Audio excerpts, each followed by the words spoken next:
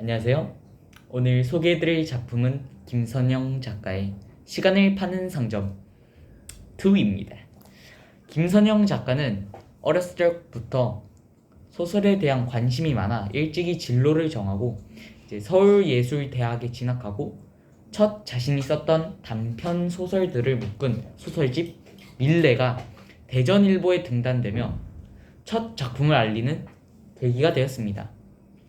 그 후로 시간을 파는 상점, 특별한 배달 등의 작품을 출판하면서 삶과 죽음의 경계에 서서 안타까운 죽음을 맞이하고 있는 청소년들을 대상으로 힘이 되고 그것을 통해 힘을 받는 그런 소설을 쓰고 싶어하는 평범한 작가로 알려져 있습니다. 시간을 파는 상점 첫 번째 책은 생각보다 많이들 알고 계시더라고요. 그래서 이 책의 전반적인 느낌이 어떤지 다들 아실 수도 있지만 간단히 이 1권의 전반적인 느낌에 대해 설명하도록 하겠습니다. 먼저 1권은 이 시간을 판 상점이라는 책이 각 인물의 관점에서 전개되는 것과 전지적 작가 시점에서 전개되는 것과 또 이제 온조, 난주가 절친이라는 설정을 통해 이 등장인물들이 절친이라는 설정을 통해 진짜 인물의 시점으로 보는 듯한 현실감과 친근감이 있는 느낌을 주며 스토리를 이해하기 쉽게 전개되고 있습니다. 또 주제가 학생의 일상적인 부분에선 가볍지만 또 죽음이라는 단어와 상점 운영 등의 무거운 느낌의 내용으로 설정이 되어 있기 때문에 다양한 매력을 느끼기에는 충분했던 책이라고 생각됩니다. 그래서 시간을 파는 상점 1권의 내용을 아시는 분들도 있으시겠지만 그래도 모르시는 분들을 위해 1권의 내용을 짧게 말씀드리겠습니다. 1권의 내용은 온조라는 고등학교 2학년 주인공이 어릴 적 사고로 돌아가신 소방관 아버지의 죽음 때문에 힘들게 일하시는 어머니를 돕기 위해 아르바이트를 하며 돕지만 시간은 급이다 라는 양날의 검 같은 말은 고등학교 시절을 보내는 온조에게 힘들게만 느껴질 수 있다 라는 어머니의 조언을 듣게 됩니다. 그 조언으로 온조는 시간을 사고 팔 수 있는 상점에 대해 생각했고 인터넷의 도움으로 시간을 파는 상점의 주인 크로노스가 됩니다. 이 크로노스는 그냥 닉네임 같은 이름이기 때문에 시간의 상점에서만 쓰이는 닉네임 같은 겁니다. 그래서 이제 이 시간을 파는 상점에 여러 의뢰가 들어오는데 여기서 이 시간을 파는 상점의 등장인물을 소개해 드릴게요.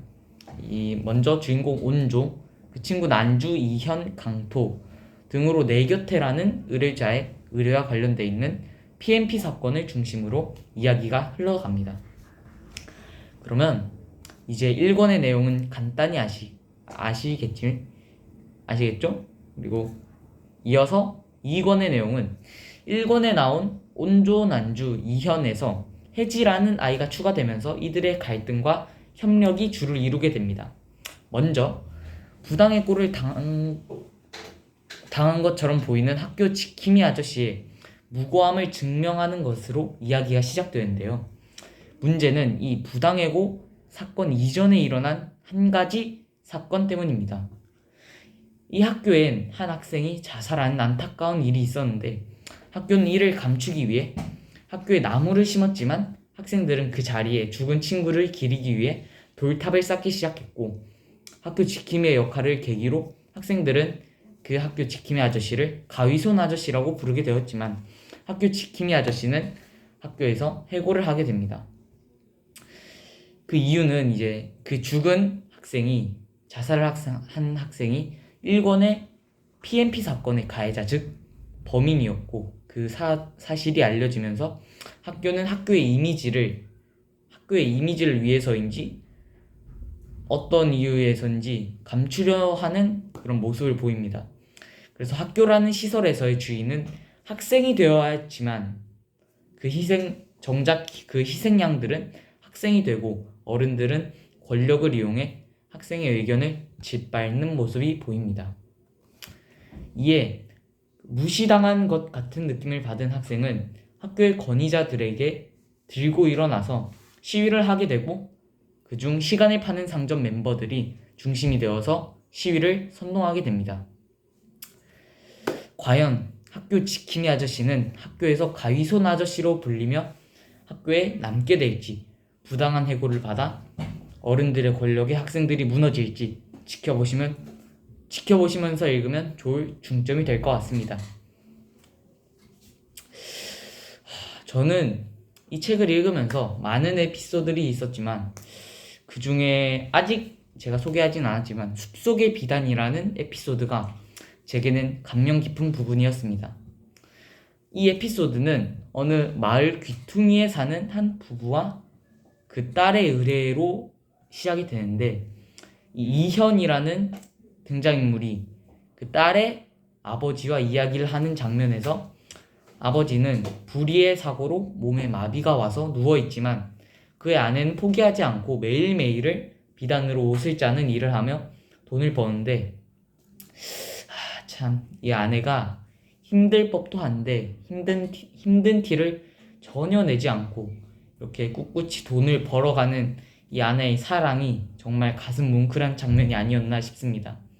그 딸은 현재 가정상의 이유로 집에 오지 못한 상황이라 그 부부에게 있어서 이연의 역할은 딸과 같이 중요한 역할로 보이고, 버스를 타며 그 집을 오가는 이연의 생각들이 나오며 점점 삶의 감사함을 느끼는 이연을 볼 때 큰 감동을 받았습니다. 이어서 시간을 파는 상점 1, 이 책을 이제 작년 8월쯤에 읽고 시간에 관한 온조와 같은 그런 문제 해결책을 열심히 찾았던 날들이 기억에서 사라져 갈 즈음에 시간을 파는 상점 2가 있다는 것을 알게 되어서 다시 한번 그때의 느낌을 느껴보고 싶은 마음에 이 책을 읽게 되었습니다.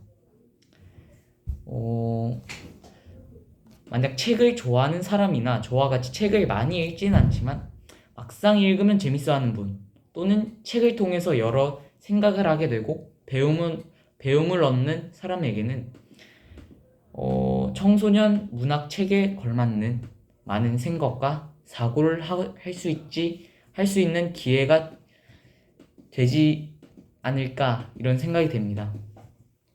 사람과의 관계에서의 갈등과 회복에 좋은 그런 책인 것 같고, 만약 여러분 중에 이런 인간관계에서 어려움을 겪고 있다면 이 책을 통해 재미난 스토리와 함께 감상해 보세요.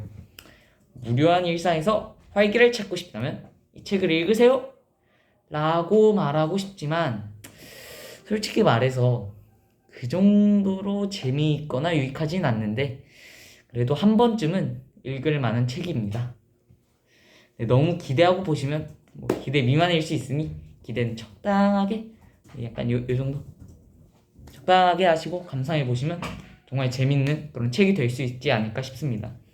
그럼 영상 마치도록 하겠습니다. 감사합니다.